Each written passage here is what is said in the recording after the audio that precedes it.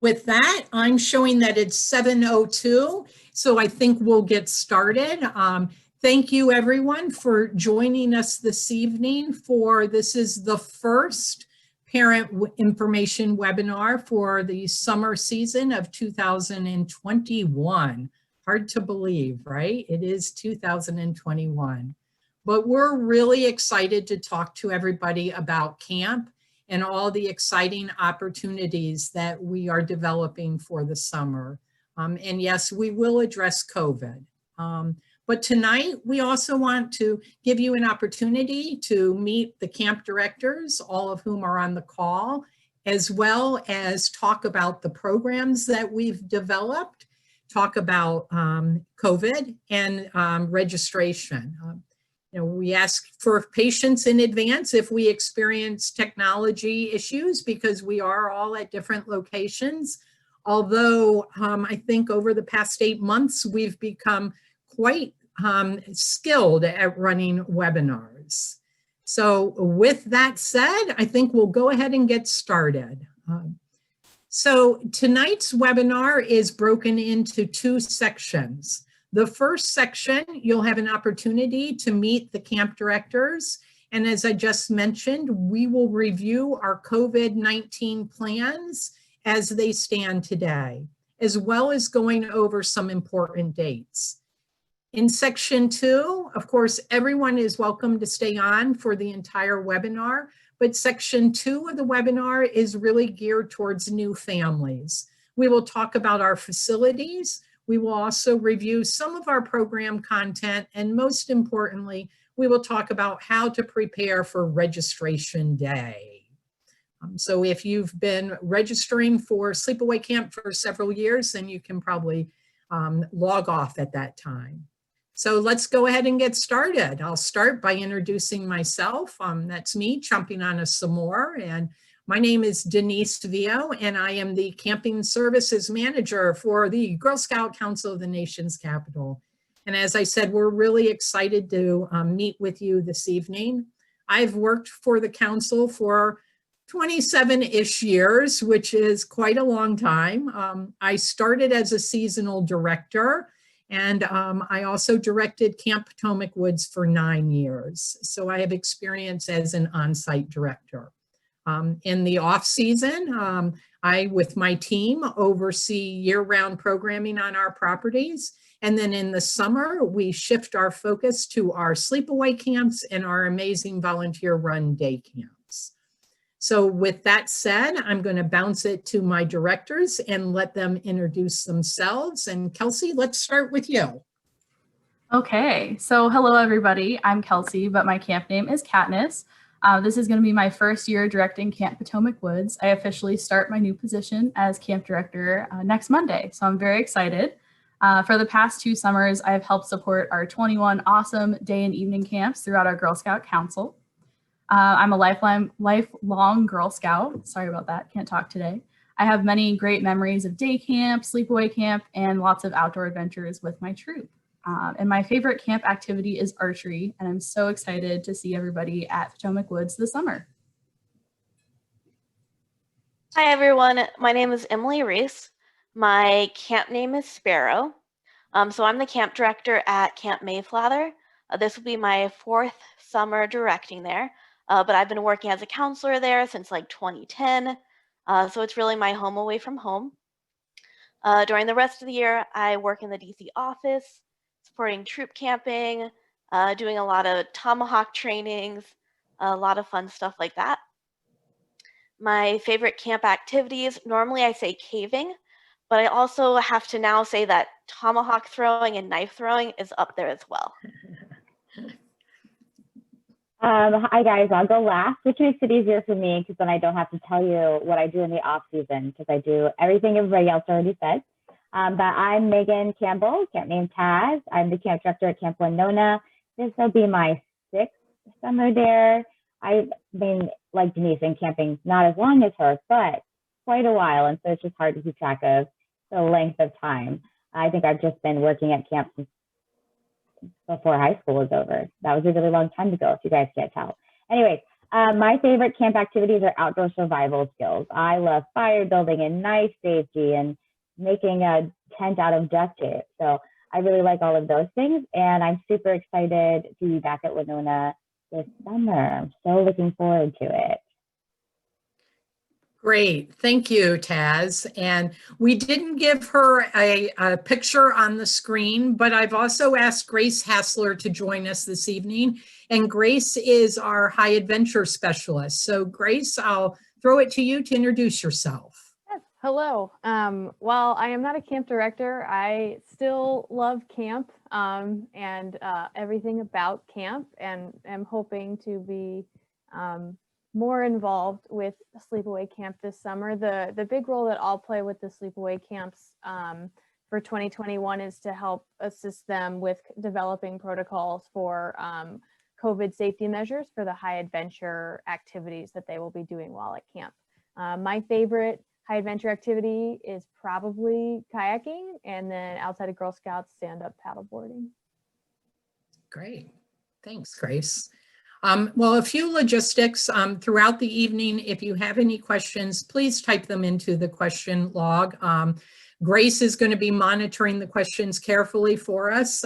She'll give us a wave when we need to pause and address some questions, but we've also built into the presentation tonight a few stop points where we can answer your questions, especially after we handle or address our COVID procedures. So with that, I think we'll go ahead and get started. You know, as I've mentioned a few times now, we do want to address COVID. We know it's probably top of mind for everyone. It certainly has been top of mind for us as we have continued to plan our programs. But we also want to talk about the exciting programs that will be coming your way this summer and share some registration tips. So safety has always been and will always be the driving force behind everything we do. Clearly, this summer, we're going to be faced with some additional challenges as it relates to COVID-19. Please know that COVID safety procedure is a part of literally every planning meeting that my staff and I have. As we look forward to the summer, we are creating systems that will help us plan, which is the first of the 3 Ps we will be talking about. It will help us plan for a safe return to in-person programming this summer. It involves preparing health screening, additional sanitation procedures and measures that will help prevent the spread of COVID. But now let's take a look at each step in a little bit more detail. So I'm sure that you've all had experience and know that right now it is hard to plan for things in advance because every day things seem to change. I think pivot has probably become one of the most highly used terms for 2020. So we are also prepared to pivot throughout the summer. Currently, we are working closely with our nurse practitioner who oversees our healthcare plan. Claudia is very well versed in current safety procedures and has been involved with many planning sessions as part of her professional work. We continue to monitor national, state, and local guidelines and recommendations. And these guidelines are being used as we develop a very comprehensive health and safety plan for our summer. On the screen, you can see some of the top agencies who are helping us return to a safe summer. Also, in your handouts, you will find a link to the current American Camping Association guidelines, which were developed in partnership with the CDC. These guidelines were used last summer by some camps who were able to successfully run in-person summer programming. The American Camping Association is a leader in the industry and is 100% committed to helping camps with the safe return to in-person programming. So again, that's included in your handouts.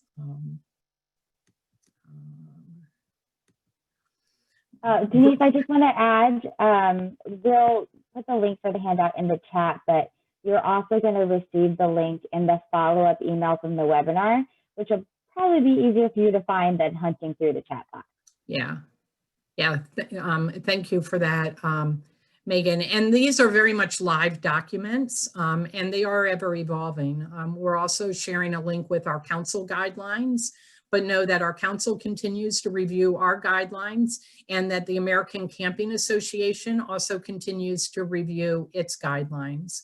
You will not see specific sleepaway camp guidelines in any of the links yet, because we are still in the process of developing those guidelines. But we'll go over some of the guidelines this evening. So the second P is prepared. So Girl Scouts are always prepared, right? It is our motto. And as we plan for 2021, we continue to research best practices and consult with industry experts, such as the American Camping Association, our nurse practitioner, local and state guidelines. The state of Maryland pulls a youth camp safety meeting every month, and we are active participants in that. But we're also looking at what we call NPIs, and NPIs were developed by the American Camping Association. And what they did was they pulled data from last summer from camps that were able to successfully run in-person programming. NPIs stands for non-pharmaceutical interventions. So basically, we're talking about things other than getting vaccinated and steps that we can take to help keep our campers and our staff safe. You can see on the screen a few of the NPIs right now, and we're going to get into those NPIs, but they really cover a broad area from sanitation to air circulation to program schedules to sleeping accommodations and even pool time. These are all things that we're looking at as they relate to COVID procedures. So the third P is to prevent, right? It is our goal to prevent the spread of COVID, and when campers come to camp, to keep them safe. So we are working towards the prevention of that. We are working towards that by implementing and developing and building the NPIs. So we've had 3 Ps. We've had prepare, we've had prevent, and what's my third P? And plan. How can I forget plan? So now we're going to talk about our 3 Ws. And, you know, I would imagine that most of your campers are aware of these Ws right now, right? You go outside and you know that you have to wear a mask when you go into a store. We know the importance of washing our hands, and we also know the importance of social distancing. These are all things that we anticipate we will be implementing this summer. So with that, I'm going to bounce it to Emily, who's going to talk a little bit more in depth about the first W, wear a mask. Yeah, so focusing on these 3 Ws. So everyone at camp will be wearing a mask. All campers and staff, parents, relatives, siblings, when they drop off and pick up campers at camp. Masks are very important, especially when it will be hard to social distance or inside a building for an activity. While most of our camp activities are outdoors, we plan to encourage masks at camp whenever possible. So the CDC recommends changing masks as often as every day. And so as you can see in the picture there, we want to recommend that campers bring a mask for each day, and they actually go ahead and just label it for every day with their initials as well. But because it's summer and we're having fun in the outdoors in the hot sun, you'll probably want to pack a couple extras in case they do get kind of sweaty and gross. And so cloth or disposable masks, both are a great option. You don't have to get like a pre-labeled mask even just using a pen, a Sharpie, or puffy paint. I hear they have glitter puffy paint, and that could be a fun option to label your mask. And so now I'm going to hand it over to Kelsey.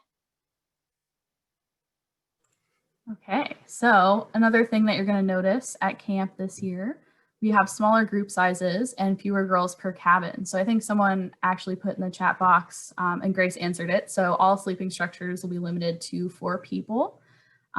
So for brownies, just having 4 people in the Glen shelter, we know when we have brownies who come to camp, their luggage tends to explode once at camp, take up lots of space.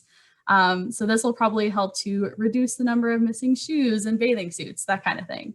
We're also sure our teen girls will enjoy the extra personal space that just 4 girls in a Glen shelter will give them. And group sizes overall are also going to be smaller at all of our camps. And this summer, our capacities will range anywhere from 8 to 20 girls in a program total, and groups of girls will range from 8 girls and 2 staff for younger girls to maybe 12 girls with 2 staff for older groups. And in years past, we're going to try really hard to make sure buddies are still in the same cabins and grouped together. And due to our reduced capacities, we really are encouraging everyone this year just attend camp with 1 designated buddy. We don't want a buddy group of like 4 different people, just 1 buddy, and make sure your buddy has you as their buddy. So just 2 as a pair. And again, just 4 girls in a cabin or platform tent. Can we stop for a moment for questions? We have lots of questions that have come in. I think, Grace, we've got 2 more slides to cover, Cool. and then we'll go to questions. I'm seeing that Perfect. we have lots of questions. We love the Perfect. questions, so continue, but we want to get through all of our W's. I think some of the questions might be answered in just a moment, so hold tight. Okay, so next slide that we have here, our campers' health and safety is our top priority, and we know things are going to change between now and the summer. I wish we had a crystal ball, but we don't. We do know now that we're going to have all campers and staff complete a pre-screening form of some kind before they arrive at camp. This form will also accompany the camper's regular health form and any specialized healthcare form, maybe for asthma, allergies, or diabetes, anything like that. We're also working with campdoc.com, which is our online health record system, to design the form, and we're closely monitoring the regulations and recommendations from state and local health departments and the CDC. With that said, we also know that health check-in at camp is going to look a little bit different. We're adapting the process now, but we also anticipate it will be updated closer to the start of camp. All parents will receive information regarding what to expect at check-in and check-out before camp. It'll probably be a bit more detailed than in years past. So you might see a car check-in where you stay in the car and your camper gets out, a pre-check-in form, and maybe staggered time arrivals and departures based on campers' programs. And our camp staff always check in with campers every day just to make sure they are having a great time. So this year we'll add a couple of questions to that daily check-in to make sure campers are, feeling their best. For example, brownies in grades 1 and 2, you might be asked, how is your tummy feeling today?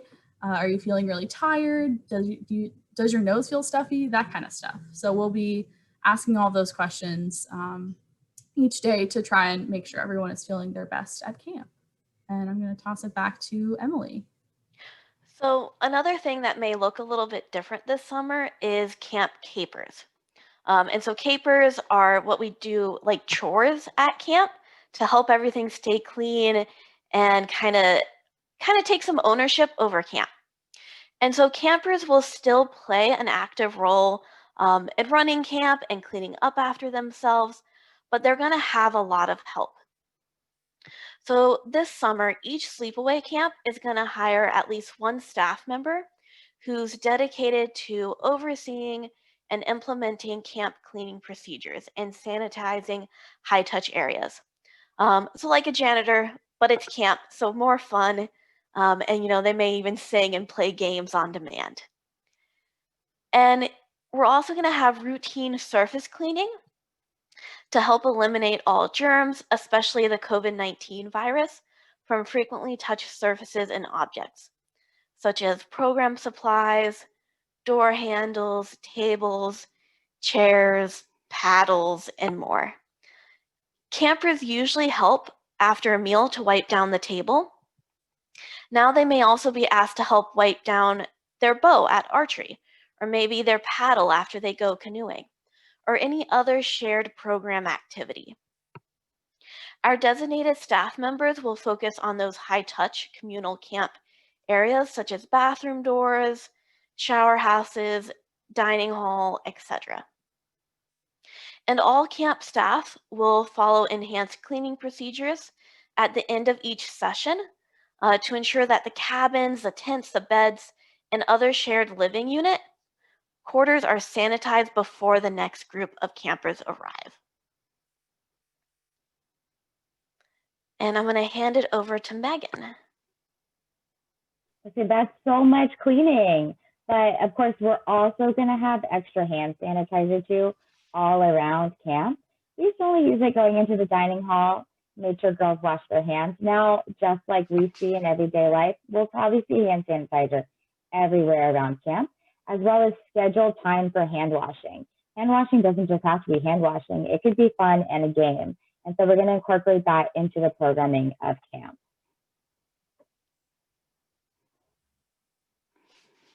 Denise, can you tell us a little bit about food? I know I'm muted. Okay. We're going to talk about food and then we'll get to the questions because I see our question log is very, very active.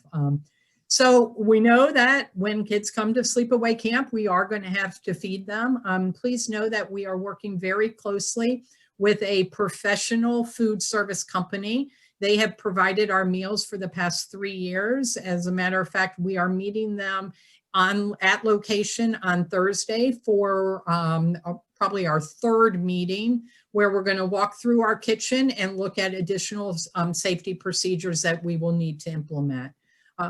An example is that in the past, we've always had a salad bar where girls could go up to the salad bar and it was an option. If they didn't like the main meal, they could go up to the salad bar. We know that we will not have a salad bar this summer, that we will do pre-packaged salads for the campers. If we do family style, then instead of having every camper scoop out their own mashed potatoes, the staff member will be going around the table and scooping out the mashed potatoes. The campers will not be going up to the window as they have in the past. We will have a staff member go up to the window to bring the food to the table.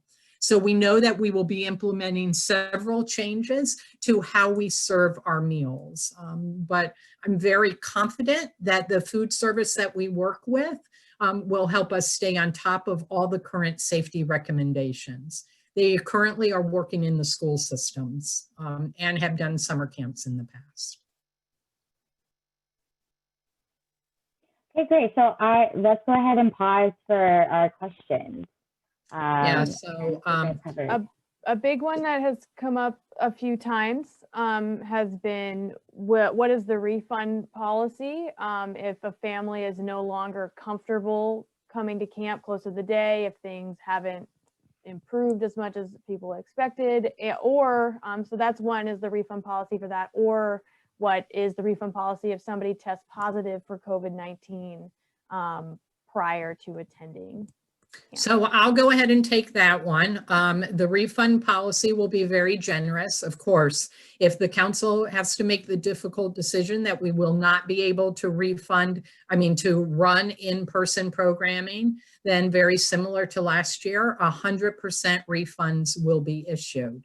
If somebody tests positive for COVID prior to the start of camp, then that is a medical condition and we do refund 100% at that time as well.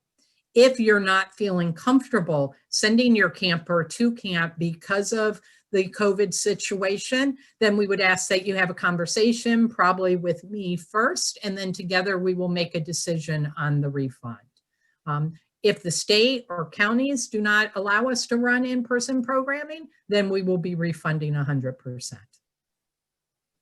Somebody has just asked quickly if the webinar is being recorded, which it is, but will it be shareable after tonight for parents that weren't able to attend? Yes, we will post it on our website. Excellent. We have several people asking for clarification about mask usage, both outdoors and elsewhere. Okay, so I'll take that one as well. I will be bouncing questions to my team. But as we've mentioned, we will be following the CDC recommendations and the local, state, and county and government recommendations at all times. So currently, the CDC recommends that you wear masks when unable to social distance or indoors. So that is what we would require. Meals will get tricky, and we're looking at reducing the capacity of indoor dining. So we will be reducing the capacity of our dining rooms with potentially doing shift meals or also moving some meals outdoors. So the girls may eat breakfast in the dining hall, and then their unit may eat lunch out on the green. So we'll be following that. Other than that, then we will be requiring girls to wear masks at all times. I know that many people have asked about when sleeping. Right now, our current plan is to not require they wear masks when they are actually sleeping. More so for any other reason that because you toss and you turn, and I know that I have a difficult time keeping my mask on just standing. So if I crawled into bed and I'm a tosser and a turner, that the mask would come off. The Glen shelters won't be used as an area to socialize as much as they have in the past. The Glen shelters will be primarily be used for the girls to sleep. You know, we'll probably be looking at moving FOB outdoors. So they're not in their Glen shelters for an extended period of time. But one of the MPIs is ventilation. So our Glen shelters actually have a great deal of ventilation. When you open those curtains, you know, you've got airflow from all different angles. So we'll definitely be encouraging the girls to leave their flaps open unless it's raining. We have a question that's asking if state guidelines are still limiting gatherings to 10 or less or 25 or less the way that they are right now. Will camp be able to organize to meet that, or do camps have an exception to that rule? Unfortunately, camps do not have an exception to that rule. And if the county guidelines are not increased, then I don't want to say the words out loud, but we would not be able to offer in-person programming this summer. We have a question of will we require a COVID test, or why are we not requiring COVID tests for girls prior to attending? Yeah, I see that question, and we've not made a definitive decision on that yet. It is something that we have been discussing, and we're working with our nurse practitioner to get guidance from her. So that is a decision that we have not made yet. And let me pause and talk about that for a minute, because I have a feeling I will be saying that throughout this evening, that there are decisions that we've not been able to make yet. And I'm sure you all can understand that, because this is ever evolving and things continue to change. So we will be building a page on our camping website where, as we make those decisions, we will be sharing that information with parents. Please know that we will be 100% transparent. I do foresee that we will be having another webinar, and the topic of that webinar will be going over our COVID procedures as they are developed. This is probably falls in that category, Denise, but if widely available, will vaccines be a requirement for attendance at camp? That would fall under the umbrella of that's a decision that we've not been able to make yet. Okay. And, you know, following the news, the probability of them being widely available by the time the summer comes is not real encouraging. And I know that there's mixed feelings about individuals under the age of 16 getting vaccinated. Somebody's asking, will travel out of the Maryland, Virginia, West Virginia, DC area within 2 weeks prior to your camp session exclude participation, your ability to participate in camp? Potentially, if that's what the state and the county guideline recommendations are. Okay. How is safety in terms of the pool and showers going to be handled? Taz, would you like to take that one? I was waiting for you to throw one at me. Okay, so pools. In the past, if your camper has gone to camp, they probably shared pool time with another program unit because our lifeguards can cover up to 50 people in the pool. This year, it will be one program group per pool time so that we don't have any crossover. And then that program group will go into the shower. We're really leaning on our cleaning staff here at this one. We're going to hire those designated cleaning staff as well as lifeguards to rotate through sanitizing in between the groups after showers. So at Mayflower, the showers and the pool aren't connected like they are at Potomac Woods and Winona, but it's still going to be the same. The showers are going to be sanitized between group uses. And we're treating each group of girls, so like, I'm going to use Winona, so Daring Adventures. If you register to come to Daring Adventures Session 3, that's your family pod for the week. So you're all living together in the same unit, you're all doing the same activities together. So they'll go through the shower house and then it'll get sanitized before Girls versus Wild comes in so that there's no overflow between the two units and they won't be swimming together at the shared pool session. So we're just trying to reduce that group interaction. So if that answers that question. Also, somebody asked what FOB time was, and I really appreciate that. FOB time is foot on bed time, but I can tell you as a camp professional, and I bet Spelke would agree with me here, that it's gotten hotter and hotter in the middle of the day. And so it's not always foot on bed time. When I was a camper, I always took a nap, but now it's more like me time. So it's the camper's time to do a quiet activity, a puzzle, write letters home. That's really when we get them to write letters home to you, and or just play card games with other girls, usually in the unit shelter or outside. All right. So somebody has asked if quarantine before camp is required, how will it work if a camper attends one Girl Scout camp and then another Girl Scout camp property?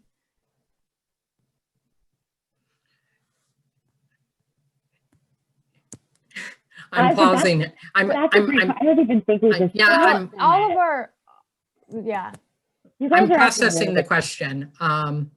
You know, if they attend, you know, if you're talking about our camps and you attend, you know, Potomac Woods one week and then you go to Mayflower another week, then we know what our COVID guidelines are. So we may be more apt to work with you. But if quarantine is required, then quarantine is required. And if you attend a camp in Maryland and then go to a camp in Virginia, if the state and county are requiring the quarantine, then we would have to abide by that. I believe most states at this time, at least these states, are providing exceptions for neighboring states. So right now, Maryland requires a quarantine for most states, but that excludes states like Virginia and West Virginia. Right. Yeah. I see lots of questions about testing. And again, we're working with our nurse practitioner. She's trying to find a source for us to be able to do the rapid testing on a regular basis. If we did the rapid testing, we're primarily looking at doing that with our staff. I know people have asked, will staff be tested before they come to camp? Right now, we are looking at, yes, having staff be tested before they come to camp. Our staff also participate in a close to a 2-week training period. So once they arrive at camp, they really don't leave the property. They may have a night off. We're looking at that as well. So they're kind of quarantining at camp, but we're also looking at requiring COVID testing prior to the staff's arrival and having hopefully having rapid tests available to be able to test staff between sessions. I do see the question about limiting the amount of sessions girls can register for. We are asking a Girl Scout honor that people do limit the number of sessions that they register for on the opening days of registration, but our system does not allow us to prevent it from happening. We have reduced our capacity though. So for those of you on the call this evening, we are asking that parents start by only registering for one program. So there's a question about rainy days at camp, and this is one of the first things I train my camp staff in is rainy days doesn't mean that we have to be inside. If it's not thunder and lightning and it's not a downpour monsoon, we can still play games outside. One of our games we play at Winona is synchronized swimming on flat fields in the rain. So we just try to figure out ways to do things outside. It's the only time they'll have to be inside or under shelter is if it's in a thunderstorm or a severe monsoon. We also have open pavilions at every one of the units at our camp, so girls can still be under a roof, but outdoors even on a rainy day. I just saw a question about the equestrian programs. We decided to move away from the equestrian program at Potomac Woods this summer because it was a tripping unit and it would require transporting girls to another facility. So then girls would be going outside of the camp pod on a daily basis, and they would also be required to ride a bus every day. But as I say that, I also, when I notified the stable that we've worked with for the past 21 years, that we would not be offering the program, she emailed me back this week and said that she's also not offering camp programs this summer because of the COVID restrictions. So I see a question about the Mayflower off-site trips. A lot of the trips we do at Mayflower, we go to like a cave where there's nobody around, or we go canoeing where there's not like a lot of people around. So they're kind of more remote. And they're pretty short trips. I don't know how far the stables are from Potomac Woods, but the girls won't be in a van for too long. I think one of the other concerns with the stables was it's a shared like educational facility. We're not the only people that send our campers there. Whereas Mayflower, you can see by the pictures of Mayflower canoeing, you're really the only people kind of there, as even for the caving session. So it was to kind of reduce that group overflow outside of the camp family pod. So as I'm looking at these questions, and we will capture all of the questions, and I think one of the other things that we can do is we can create a Q&A on our website, because there's definitely some trends in the questions. So we'll make sure that we also add a Q&A. We currently have a council-wide Q&A, but we'll make sure that we add a very camp-specific one. But when I'm glancing at the questions, some of the trends that I'm seeing is that the quarantining and whether or not quarantining will be required. So again, if the state requires it, then we will require it. If the state does not require it, then we will work with our nurse practitioner to see what her recommendations are. But we will make sure that we're making those decisions in a very timely manner. So if you're planning on other summer activities, you'll be able to take that into consideration when planning other activities for the summer. As far as testing, that seems to be a trend in the questions as well. We are looking at having rapid tests available for our staff. We've not made a decision yet as to whether or not campers will have to come to camp with a negative COVID test. We will be conducting some level of screening on a daily basis. The initial guidelines from our nurse practitioner has suggested that we do the screening every day with campers, that we do temperature checks. We go through the series of questions with our campers and with our staff on a daily basis. So that is something that we're looking at implementing. Clearly, if anyone shows signs of COVID, they will be isolated immediately. And again, we will be very transparent with parents. If there was a case of COVID at any of our properties, we would share that in a very timely fashion with parents. We have and then just one other thing about, you know, and Taz has kind of alluded to this too. We are looking at keeping the campers in there, what we'll refer to as pods. So yes, the staff that are assigned to that unit will be with those campers on a regular basis. Campers won't necessarily be interacting with each other from other units as much as they have in the past. We're going to try to keep them in their unit pod as much as possible. We had a question about, will we be asking families who register their daughters for multiple sessions to unregister or cancel some of those sessions so more girls can attend camp? Yes. After registration day, we will go through the registrations, and if we see campers that have registered for multiple sessions, then we will be reaching out to those parents.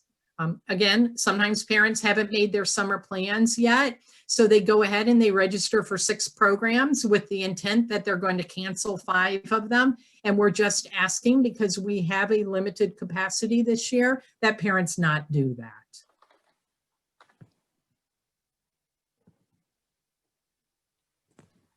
I do see there are some questions here about what a typical day will look like and what happens if my camper doesn't have a buddy, and that's going to be in step 2 of the presentation tonight. Somebody wants to know about, and I think it's been asked a couple times about our plan for international staffing, which I think was answered in the chat box, but things are coming through quickly. And basically, what is the plan due to the fact that international staffing, it could be very limited? We are hopeful that we will be able to bring international staff to camp this summer. They provide a very unique opportunity for girls, and honestly, we struggle finding American staff. So we do rely on our international staff. However, we are realistic and we understand that we may be challenged in that area. So we are putting forth a lot more effort in recruiting American staff.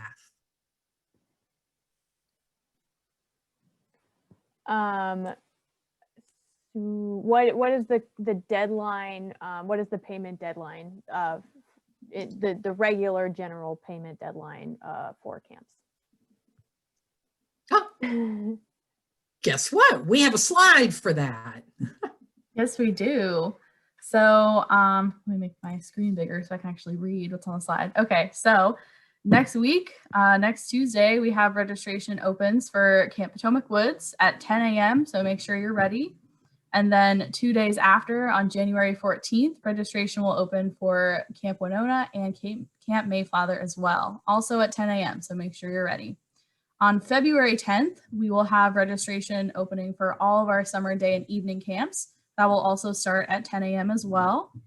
In early March, you can look out for your health form invite from campdoc.com. And then our second webinar will be March 29th at 7 p.m. So hopefully we'll have more information to share with you then, like Denise said, about our COVID procedures and what the summer will look like. And then April 12th is the payment deadline to pay in full. So those are our important dates for Sleepaway Camp 2021.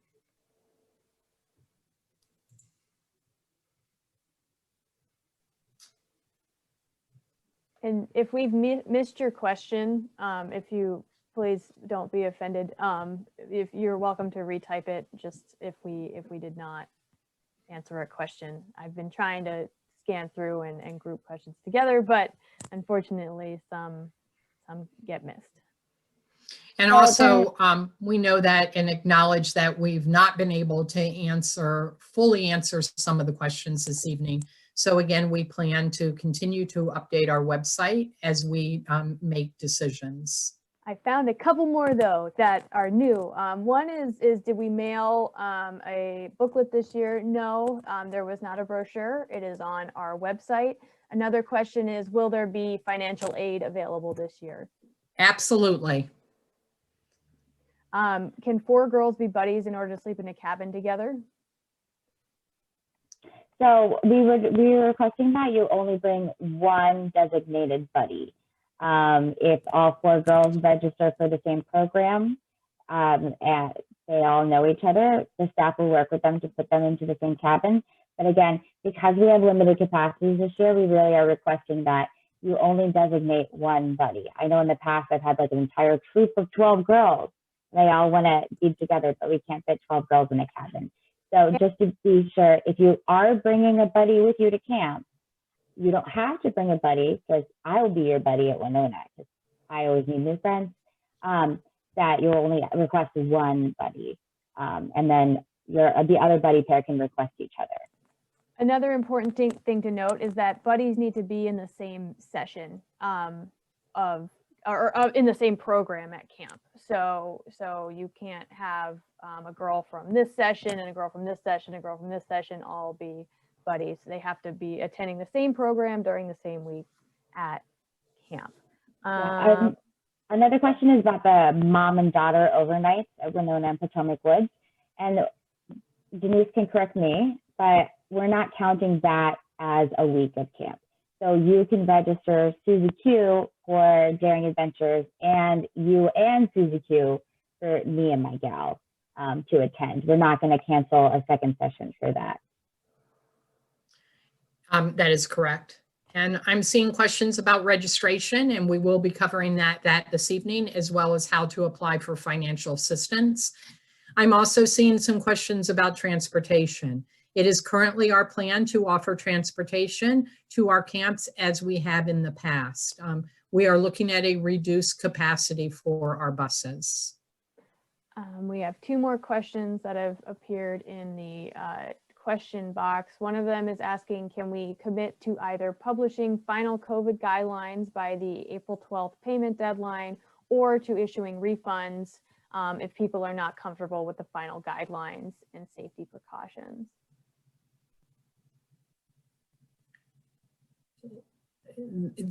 I think my pause is that, part of us issuing our final guidelines is dependent on state and local governments making changes. Right now, outdoor gatherings are capped at 10. So as they make their changes, then we'll be at the ready to make our changes. But we have to wait for them to make their changes. And the refunds, just know that we will be working with you on refunds. We understand that this is a challenging decision to make and that there is a cost to sending your campers to camp. So we will continue to work with you on the refunds.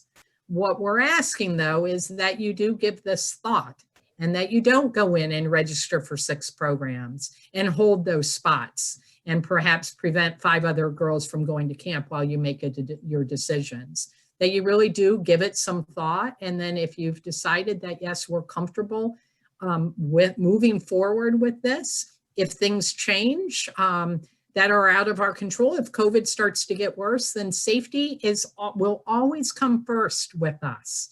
And it is likely that if things don't improve, then we will make the decision that we won't be running in-person programming, because the safety of our girls and of our staff is first and foremost. We have a question asking about how we plan to address the potential for asymptomatic individuals who are positive for the virus.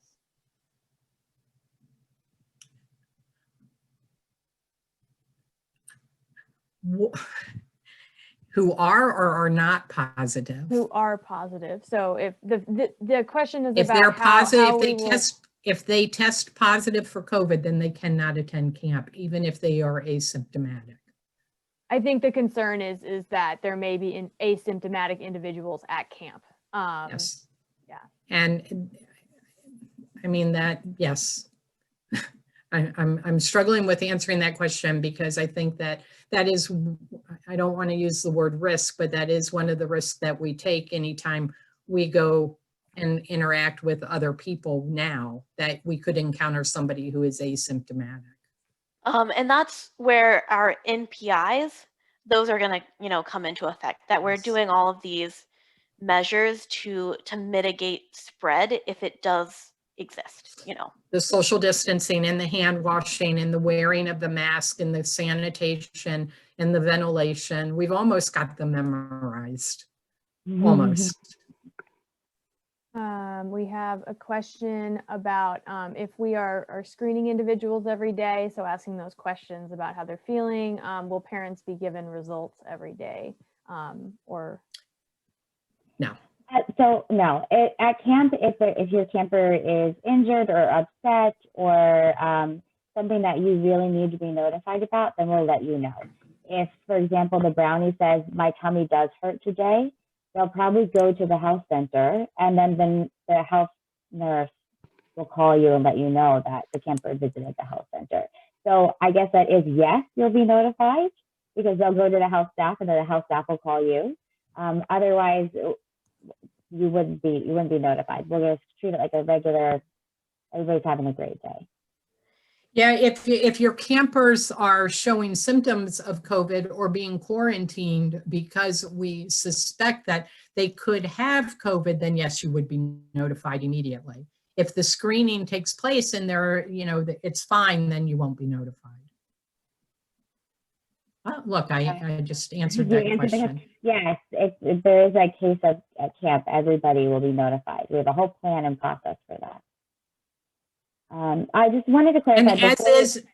And as there is with any communicable disease at camp, we would notify parents. So that's no different than how we've handled situations in the past. I just want to clarify before we move on to our next section. If you still have questions for COVID, please go ahead and answer them in. And if we don't get to them, we'll send out the answers to everybody that registered for the session. But when I said that like Mayflower travels offsite, somebody did have a concern about, but they're going somewhere. It's kind of, they're going to a national forest where the camp is, to a lake where it's kind of like going to a state park and going to your own little area. They also travel in our camp vehicles and don't use, the staff drive them in the camp vehicles that are trained. So they're really, the interaction with public is drastically low to non-existent for Mayflower's offsite travel. Denise, before we move on to the new parent section about camp, do you have anything else you'd like to add for the COVID? I want to thank everybody for their questions, and I want to assure you that we are staying very much on top of this, and that, we are consulting with industry experts, and we take this very seriously, and the safety of your campers very seriously. So know that we are very much aware of the fact that things will change this summer, but we also want to remain very hopeful that we will be able to get girls back outdoors. I think our youth need it now more than ever before. They need to be able, our theme is to reconnect and with, what is it, our three, Reimagine, Reconnect, and what's our third Recharge. Recharge. Thank you, Kelsey. And we know that our girls really need it, but safety will always come first. So I think now you can continue to type in the questions, and as Megan indicated, we will follow up with a Q&A. We'll probably put the Q&A on the website, and we won't be able to answer all of the questions thoroughly right now. But as we develop those answers, we will definitely add them to the Q&A. So I think now we'll go ahead and move into the fun part of camp, right? And the programming. So with that, I'm going to ask my team to take it away. All right, so it looks like we're going to skip ahead to talk a little bit about where our camps are and kind of what we offer. So over the summer, we offer 3 sleepaway camps. This summer, it's 3 sleepaway camps. So for our youngest campers, we have 2 choices, Camp Potomac Woods and Camp Winona. Both camps have themed programs for girls currently in grades kindergarten and up, and both offer 3-day sessions for campers who want to try camp and maybe they're not ready for a full week, and then they also offer those full week camp sessions. For older campers, we have Camp Mayflower. It's for girls in grades 4 and up. Mayflower offers 1 to 2-week programs, and we have a lot of exciting high adventure programs, and it's great for girls who are looking to challenge themselves. So now let's take a deeper look at each camp. Kelsey, can you tell us more about Camp Potomac Woods? Yeah, I'd love to. So Camp Potomac Woods provides the perfect getaway for girls in grades K through 11 in a fun, safe, and traditional camp setting. Potomac Woods is located in Leesburg, Virginia, and we offer many specialty themed programs that range from 2 nights to 1 week. So campers enjoy a large variety of summer camp activities, regardless of program choice. Each week, all girls delight in rotating through activities that include swimming at the pool, arts and crafts, hiking, outdoor cooking, wildlife and nature games, team building challenges, dance or drama, explorations in science and technology, and even target sports. So even the youngest campers at Camp Potomac Woods enjoy taking aim with slingshots. In contrast, campers second grade and above enjoy shooting archery on the range. Campers also get to participate in many wonderful Camp Potomac Woods traditions, which includes a picnic, cookout, and Thursday campfire. They may also visit the Pooh Tree, the Eco Lab, fishing dock, or even the Riverwalk Trail during their stay. So if you're interested in the outdoors, you'll find that a lot of Camp Potomac Woods programs will help you to learn new skills and challenge yourself in nature. So we have outdoor adventure for girls in grades 1 through 2 and Get Out for grades 3 to 4. They're perfect introductions to the outdoors. So you get to explore the woods, splash in the creek, learn to build fires, and sleep out under the stars. So if you're ready for more advanced skills, you might want to try out Back to Basics for girls who are in grades 3 to 4, or Extreme Camping for girls who are in grades 5 through 7. With Extreme Camping and Back to Basics, you get to learn how to build fires, construct shelters, and practice survival skills. We also have lots of new programs this year, which include some older girl options like Axes and Arrows. I love that program name. I know I definitely would have wanted to attend that program when I was a girl. That's for grades 5 through 7, and it combines all 3 target sports, so slingshots, archery, and tomahawks. Now, Megan, can you tell us some of the exciting things about Camp Winona? Of course I can. So Camp Winona is located in Hughesville, Maryland, Southern Maryland, and offers a variety of activities from boating to art, science, nature, and, as I mentioned earlier, outdoor survival skills. The woods of Winona are a great place for campers to discover our destination locations during the summer camp, which are Fossil Creek, Hammock Village, and a magical golden wish tree. Camp Winona offers both 2-night and week-long adventures for girls in kindergarten through 11th grade. And we have a lot of variety, including programs focused on outdoor skills, art, adventure, and cooking. We even have programs about fairies and zombies. It is a great camp for both new and returning campers. But regardless of your program, girls are all going to have a great time at Winona. Like Potomac Woods, every program allows girls to enjoy rotating through activities that include swimming at the pool, arts and crafts, hiking, outdoor cooking, nature, science exploration, team building. We even have dance and drama, and the other favorite target sports, including slingshots and archery. I can't wait for the summer. I'm super eager for 2 of my favorite programs, which are Winona Wonders and Be Brave. In Winona Wonders, our 1st and 2nd graders are filled with magic, fun, and friends, and the mysteries of camp. Campers come to this program to learn about our magical helpers at camp, the mermaids, who are mermaids by day, but fairies by night. And while they visit the Mermaid House, they also make their own fairy wings and go on a scavenger hunt hike. And Be Brave, the girls in grades 3rd and 4th get to challenge themselves with slingshots, archery, and pool jousting, and sleep out under the stars at night. I know for girls looking for a little bit more adventure and or older, Mayflower's probably the best choice for them. I heard it's turning 90 again this year for the 2nd time. Can you tell us more about that, Emily? Yeah. So if you're looking for more adventures, you're going to want to check out Camp Mayflower's programs for girls in grades 4 to 11. So located in Mount Solon, Virginia, Camp Mayflower is a traditional camp offering both 1 and 2 week sessions that allow girls to take in the mountain air, splash in the pool, and savor the thrill of high adventure. And so at camp, girls can push their limits with caving, climbing, and archery and work as a team.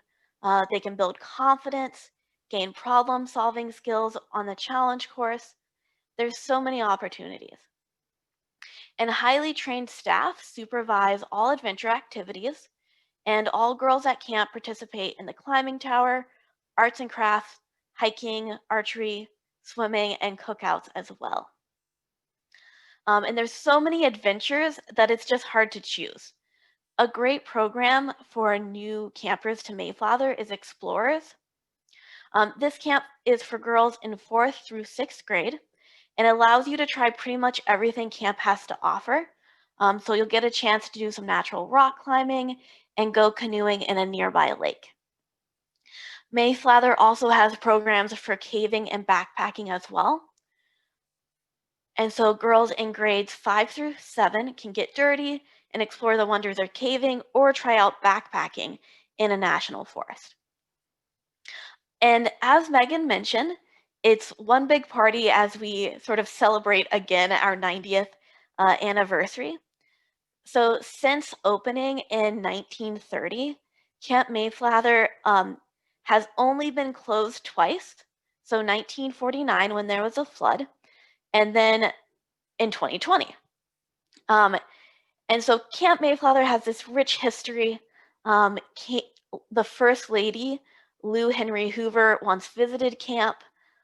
And so we're really excited to just kind of celebrate the history and the traditions. We've got 2 programs that kind of celebrate a little bit of that history. So girls in grades 4 through 6 can explore archery, slingshots, knife safety in a program called Pioneers. And then for older girls, we have a program called Time Travelers. And this program is actually looking a bit more at the history of the land that camp is on and not just the history of camp itself. And so girls will do some camping, learn a little bit about nature conservation, and do some fun stuff out in the forest. At Mayflower, we also offer all 4 target sports. So we also do knife throwing as well for our oldest girls. And we also have arts and crafts. So we have some old 1800 barn looms that are pretty cool. Yeah, so we're excited. It will be a big party at Mayflower this summer. It sounds like it, Emily, and all the more reason why we want to get campers back to camp so they have an opportunity to enjoy all of these activities. Definitely. So, I've noticed this in the chat box. So first I want to clarify one question that seems to be surfacing quite a bit. You choose a program based on the grade your daughter is in right now, this school year. So the 2020-2021 school year. So if she's in the 4th grade today, then you're choosing a program for 4th graders. So hopefully that's clear. And then we also know that our camps, people are asking, well, what's the difference between this program and this program? Our camp programs share a lot of similarities, but the camps are a little different. So Kelsey, I'm going to throw it to you so you can kind of share with the group what are some of the top questions that we've been getting. Okay, sounds good. I will say the question I hear a lot of the time, someone asked me this question a couple days ago, is talking about sleeping arrangements. So where do the girls sleep? So each of our camps have multiple living units for the girls. All of our camps have Glen shelters, which you can see on the slide right there. And these typically house 4 to 6 girls. But again, for this year, only 4 girls would stay in one Glen shelter. Glen shelters are cabin-like buildings with 4 wood and screened walls, roof, and a floor. So pretty rustic, there's no electricity. And Camp Mayflower also has platform tent units, and those have a wooden floor and canvas walls. And when I went to Camp Mayflower as a girl, I loved staying in the platform tents. Those were so much fun. Girls are assigned to living units depending on the program that they register for, and to Glens or tents with girls in the same program and of a similar age. So if you're at Mayflower for Explorers, June 28th to July 3rd, you are going to sleep in the same campsite as other girls who are also registered for that program. If you do want to stay with a friend, you can make a buddy request after registering when you complete your health form. So that's part of Camp Doc. You put in your buddy request there. So girls can make as many friends as possible. We do ask that each camper request only one buddy at a time, and those buddies should request each other. And I think Grace also mentioned this before, buddies have to be registered for the same program and the same week at the same camp. So they have to be exactly the same for registration. And honestly, you don't have to go with a buddy. I think a lot of our campers come without a buddy, and they do have loads of fun making new friends. I would say that's the best part of camp, is making new friends. And you might be asking, where do our camp staff sleep? So they stay in a separate glen or platform tent, which is near the campers, and they're easily available in case your camper needs anything, day or night. So it's like you're down the hall in a separate bedroom away from your child, but close by. So camp staff stay in their own shelter. So the other thing to know is both of our structures, glen shelters and platform tents, they have cots, mattresses, and mosquito nets for the girls. So at night, all girls are snug under their bug nets before they sleep, and the camp staff check to make sure that they're covered. Girls should plan on bringing a sleeping bag or blankets and a pillow with them to place on their mattresses. And temperatures can vary throughout the summer. It can be quite cool or it can be quite warm, so you're going to want to plan accordingly. Glens or platform tents don't have electricity, like I said, and they don't have lights either. So campers should also bring a flashlight, a lantern, or both that they can use at night. If you do have a first-time camper, have fun practicing for camp. It can be so much fun. You can hold a pretend camp out at home and try out a night in her sleeping bag and use your flashlight to see as you walk around at night. So now I'm going to toss it over to Emily. Thanks. So another question we get is about the bathrooms. What are they like? And so each of the units will have hand washing stations where campers gather to wash their hands and faces and brush their teeth. And at Potomac Woods and Mayflower, we have what's called biffies. Biffies are a bathroom in the forest for you. And so it's an outdoor pit latrine. And then at Winona, we have flushing toilets. At all of the camps, the bathrooms have individual stalls for girls, and they have some sort of light outside or in the stall so that girls can find them in the night. And they're not very far from their cabins. And all of our camps also have shower facilities as well. And so lots of you already brought it up in the earlier section about who are the camp staff and where do they come from. Traditionally, we hire staff from all over the US and across the world from other countries. This year it's going to look a little different. We don't know if we'll be able to have people come from internationally, so we're really heavily recruiting Americans. But regardless of who is coming to work at camp, they're all over the age of 18 and had face-to-face interviews virtually or in person. Most of them are virtual right now. Reference checks, background checks, and they participate in anywhere from 10 to 20 days of on-site training before the campers even arrive at camp. So we go over everything from health and safety to how to lead a song. They learn all of those things. We strive to employ staff who are eager to work with youth in the outdoors and select our staff based on their maturity, program skills, experience, and ability to serve as positive role models. Many are currently employed or aspiring to be teachers or youth development professionals, and many are also campers themselves.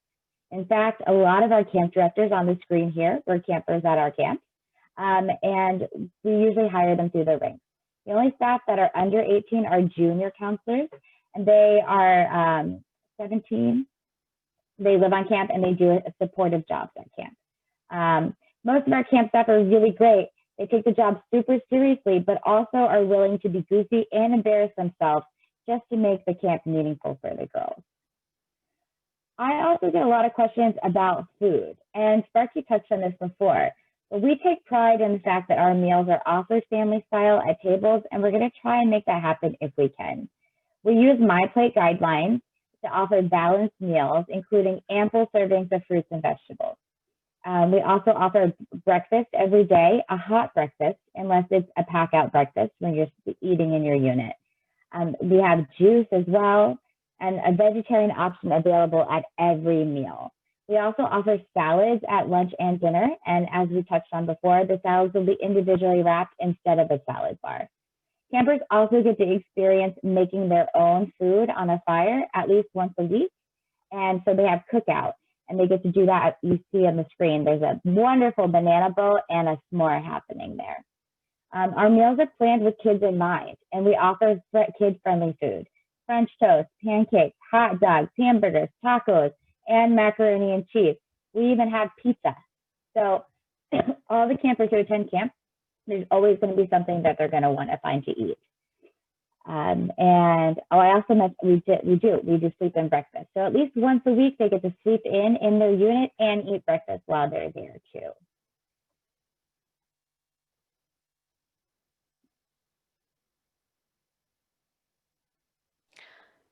So I'm muted, but Taz, I think you're getting ready. The screen just jumped up. So can we talk a little bit about health procedures not COVID focused? Yes, please. Are you going to do it? Do you want me to do it? No, I want you to do it. Oh, okay. So I get a lot of questions from parents, even before COVID, about health and safety at camp. And I touched on one of them earlier, that we will call you if something's wrong. It's kind of that old saying of no news is good news at sleepaway camp. The health and safety is our top priority at camp and always has been. Each of our camps employs one or more healthcare providers who manage our health centers. The health center is ready and able to provide basic first aid and sometimes tearful hugs. And so we provide everything that you can at home, including administering medications, as well as putting on Band-Aids and over-the-counter medications if they need them. Many of our staff members are certified in first aid and CPR, and they encourage campers to take precautions to keep themselves safe and healthy every day. This includes drinking a lot of water, wearing insect repellent and sun protection, and following all of our safety rules, wherever they may be. The pool, archery, anywhere. You never know when you're going to need a drink. Water. It keeps you alive. If your camper does become ill or injured at camp, the health center staff will make sure to let you know. And all medications at camp stay locked safe in the health center during your camper's stay. If your camper does take regular medications, you'll hand them into the health center staff upon arrival. And it's important that these medications are in their original container and accompanied by a doctor's signed order.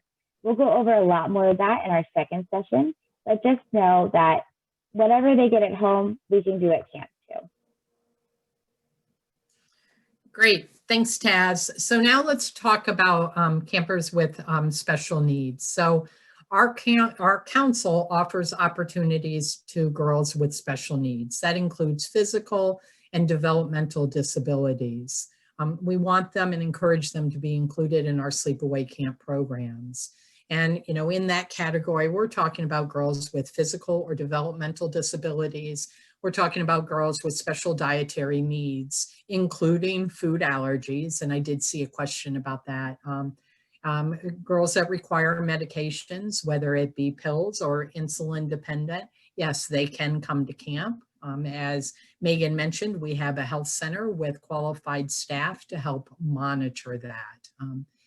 We accept girls who live culturally and are recognized by their family and in school as girls. They are welcome to attend our programs. If your camper has special needs and you feel it necessary to have a conversation with us prior to registering her for sleepaway camp, please reach out to me prior to registering her. I realize that registration opens on Tuesday. So know that if you have a camper with very specialized needs and you need some guidance in helping pick the appropriate program for her, you can email me at camp@gscnc.org, which is on the screen. Again, my name is Denise, and I will make sure that I respond to those in a very timely fashion. But I'm seeing lots of questions about food allergies. So food allergies and dealing with food allergies has almost become second nature to us. We are very accustomed to dealing with food allergies. It is part of the reason why we went with a professional food service, so they could help us handle the food allergies.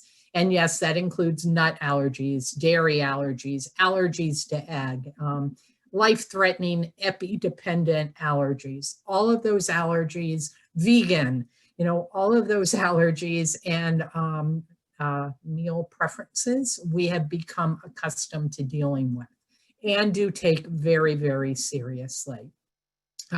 So if you feel it necessary to reach out and have a more in-depth question about food allergies prior to the start of camp, you can certainly do that.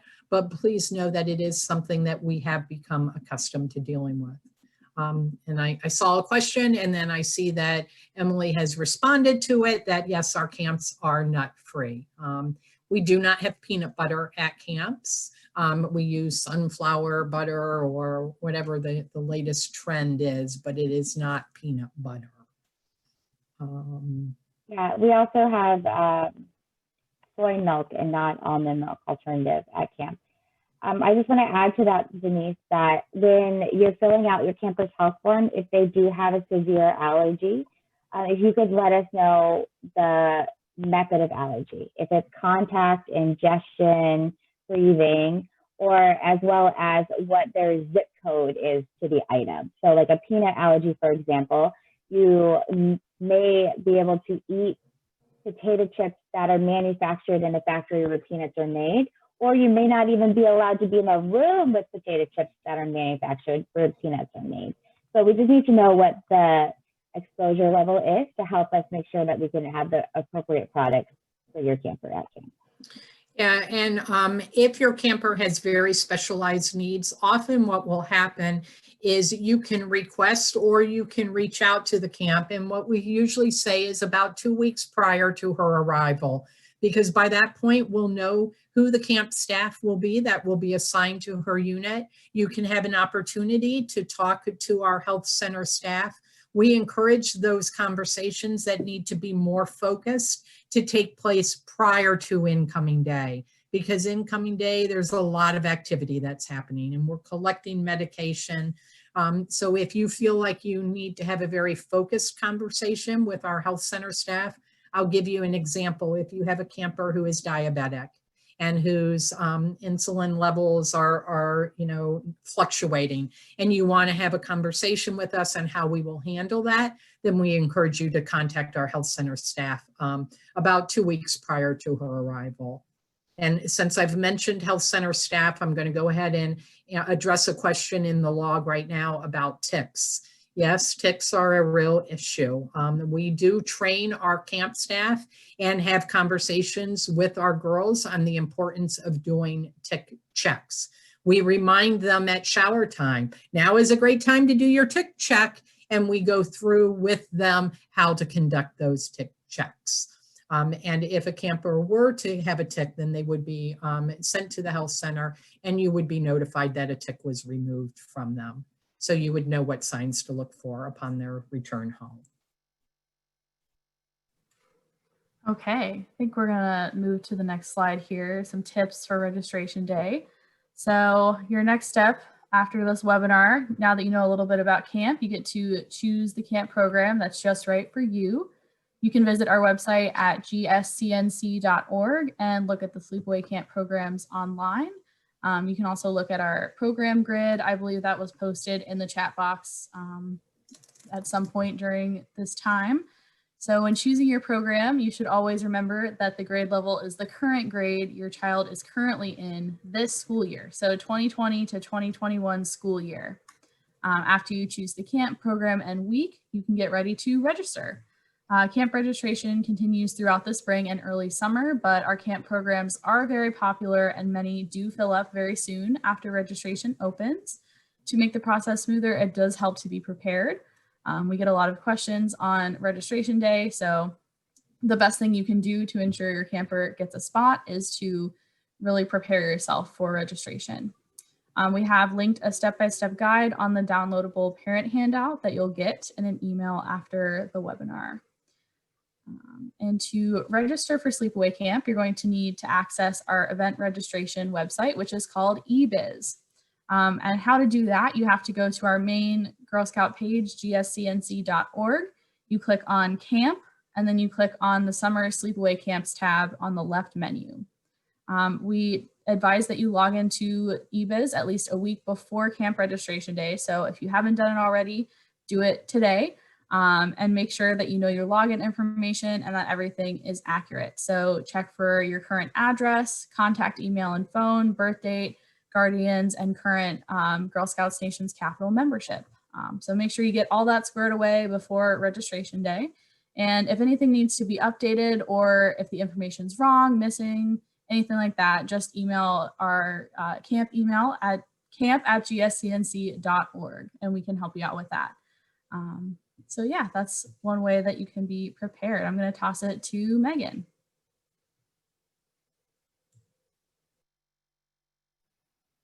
Thanks. Sorry, I was distracted. I was answering a question in the chat box. All right. Okay. So, Hey, Megan, before you handle registration day, let me just address some of the questions. It appears as if we did have a camper that went to camp who did not have the best experience when going to the BIFIs, and perhaps the staff did not respond appropriately. We appreciate that feedback because we take that feedback seriously, and we use that type of feedback in training with our staff. So we're hopeful that all campers have a very positive experience when they go to camp, but if not, then we definitely want to hear that, because we learn and we grow every summer. We definitely do sensitivity training with our staff, but we know that there are times where there are missteps, and we feel it's very important that we address those missteps. Okay, with that, Megan, now take it away and talk about registration day. okay. So registration day, Potomac Woods is opening on the 12th, and Winona and Mayflower are opening on the 14th. Here we go. To access our wait, Kelsey did that. Oh goodness. To better serve you, we broke it up over these 2 different days, so everybody's not trying to jostle at the same time. So starting at 12:01 on the 12th, the event registration page will temporarily be disabled with a maintenance page.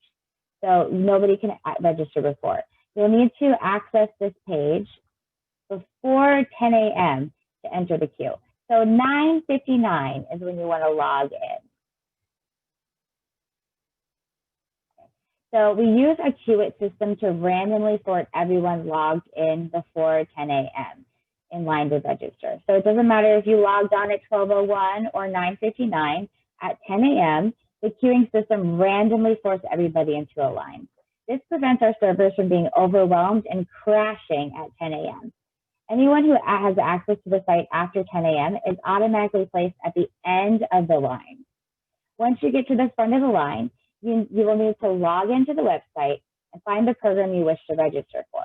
If there are spots available, the text will be green and state how many spaces are available.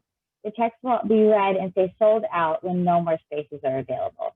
Registration is first come, first serve, and some programs sell out fast. Sometimes they sell out so fast that our computer system doesn't update quickly. So always try to add it to your cart just to confirm if it's sold out or not. If you run into a problem during registration, email camp@gscnc.org immediately, and we'll get to your email as soon as we can. We're answering concerns in the order that they were received.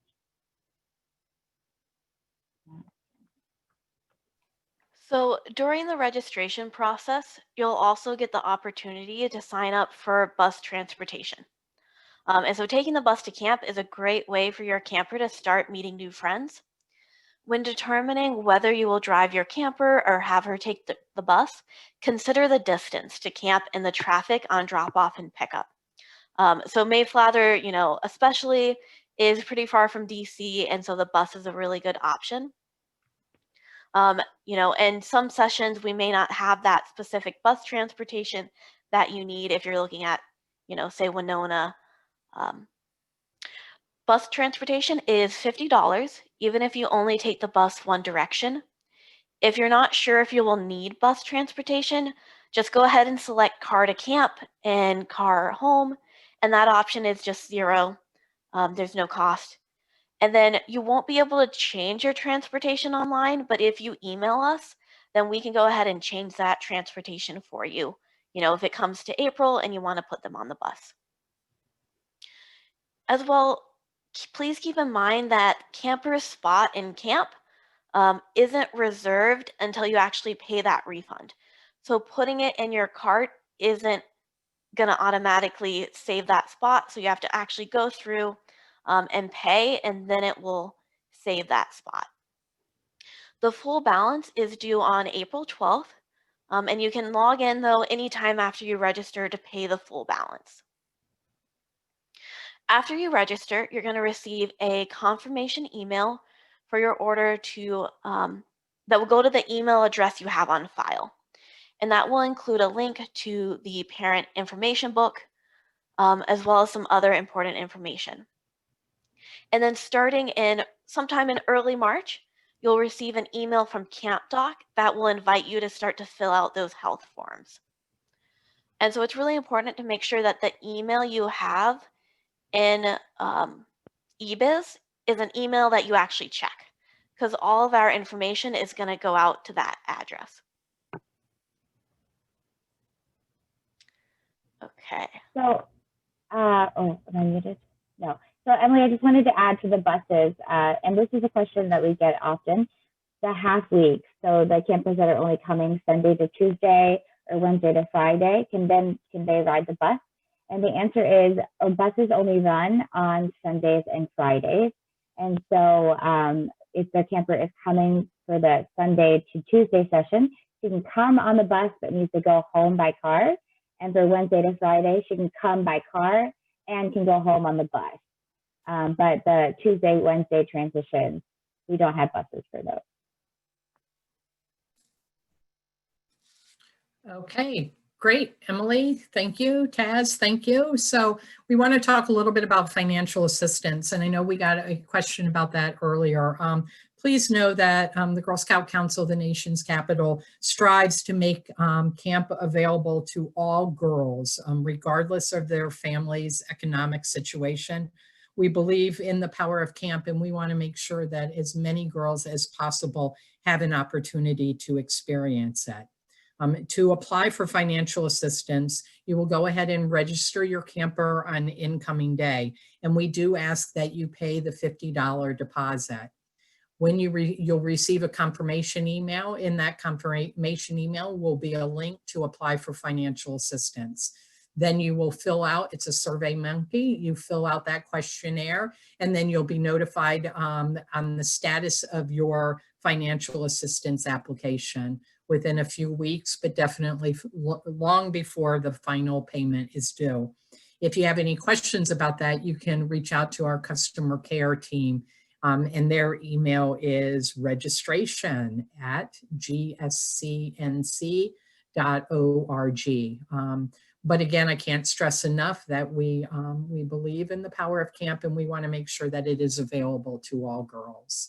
So to recap, you would go ahead and register your camper.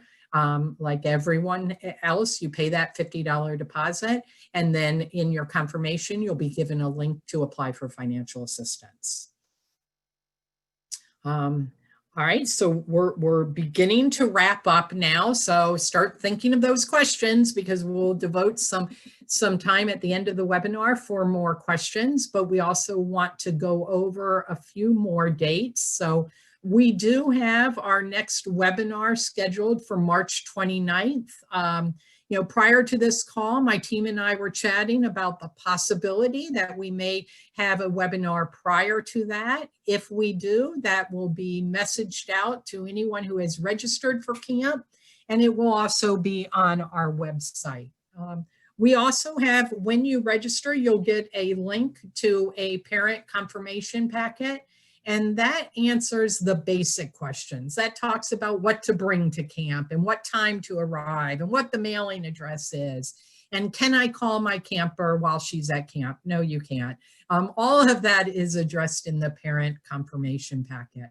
And again, that's an electronic booklet, and it'll be included in your registration confirmation, which you'll want to make sure that you check.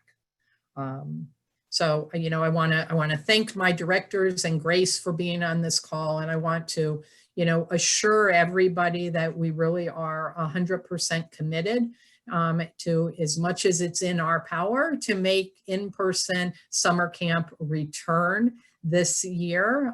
And we're committed to doing that as long as we can do it safely. And we know that we still have lots of decisions to make, and we're making those decisions in as timely as a fashion as we can. But, you know, we remain hopeful and very optimistic that our girls will all gather this summer for in-person camp, and our woods will come alive again with the laughter of girls. So with that said, we're going to pause, like everybody take a deep breath, because we know that we've covered a lot of content tonight. So we're going to devote maybe the next 10 minutes to answering questions, and then we'll copy the chat log, and any questions we don't get to over the next 10 minutes, then we'll certainly look at adding them to a Q&A. If the questions are very time sensitive and you need answers prior to the start or prior to registering your camper, then you can email us at camp@gscnc.org, and we'll make sure that we address those time sensitive questions before Tuesday. All right, with that, Grace. We have what do you- one question that I can answer. And the question is limiting families to one session of camp for sleepaway camp only. And I believe Kelsey had mentioned earlier that day camp directors and day camps are also asking that families only register for one camp. Is that correct, Kelsey? Yeah, that's true. Our day camp directors are really asking parents, please only register your girl for one day or evening camp this summer, so we can have more girls experience camp. I also see a comment in there, and thank you, about our Facebook pages. We do have Facebook pages, and you'll get the link to that. If you have not sent your daughter to camp previously, then you'll get a link to our Facebook page as well. And they become very active during the summer. And we know that, being transparent and communicating with our parents is going to be even more important this summer. So be patient with us, though. If you log on every 10 minutes, which yes, some parents do, they hit the refresh button every 10 minutes and look for a picture of their camper and become disappointed or worried if they don't see their camper. So be patient with us. We try to capture as many campers in photos as we can, but we also recap the day and let parents know what fun activities your campers have been able to participate in. I think I saw a question that I remembered from a while ago of somebody who was asking about if you were to go in on registration day and opening day and register for a camp, how long should you wait before going back in to look for camp openings? Or can you wait and then go back in and look for additional camp openings after initial registration? I think starting the week after registration, you can start looking for spaces. But I'll tell you that the 2 weeks following registration, there is a lot of movement in our camp program. Because some of you have already asked it in the questions, what happens if my buddy doesn't get in? So if we have two girls that want to be buddies desperately and they register for 2 different programs, we try to work with parents to get the girls into the same program. And so there's usually a lot of movement after registration. So if you really want to register for a second program, I start looking the week after registration, but really start looking the week after that, so 2 weeks after registration. I don't have a calendar in front of me, but what is that? Everybody. So around the 18th, I was going to say around inauguration day. So around the 18th, you should be able to have a good idea of what spaces are then open after we have a lot of movements and shifts. And we also encourage you that if you're looking for a program, if your window of opportunity to attend a certain camp is very small and you can only go session 3 and you can only go to Potomac Woods, and if you're not able to place your camper in that program on opening day of registration, we do encourage you to sign up for the wait list. We do require the $50 deposit for the wait list, but if we're not able to place them, then that would be refunded 100%.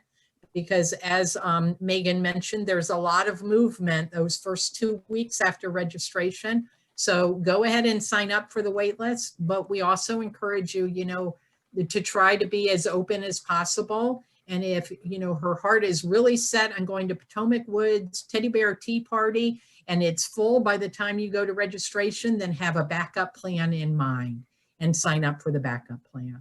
typing really fast, so if my response didn't make sense to the question about will registration still be open after the final payment date, the answer is yes, it will be. You just have to pay in full at the time of registration. So there will not be an option to do the $50 deposit. You will have to make the full payment. Yeah, registration is open throughout the summer. We do close registration 2 weeks prior to a session starting, though. So we can't do the last minute registration. You can't decide on, Friday for your daughter to attend a camp on Sunday. Is saying about that, thanking us, and she's so hopeful that camp will happen. And I think the people on this call would echo that 100%. Last summer was the first summer in 27 plus years that I haven't been involved in in-person summer camps. And I know the same is true for the rest of the folks on this call. And we really went through withdrawal. We're anxious to move away from the computer screen and to return outdoors. We're going to give everybody their evening back at 8:45. Thank you all for taking the time to join us this evening, and we look forward to meeting your campers this summer.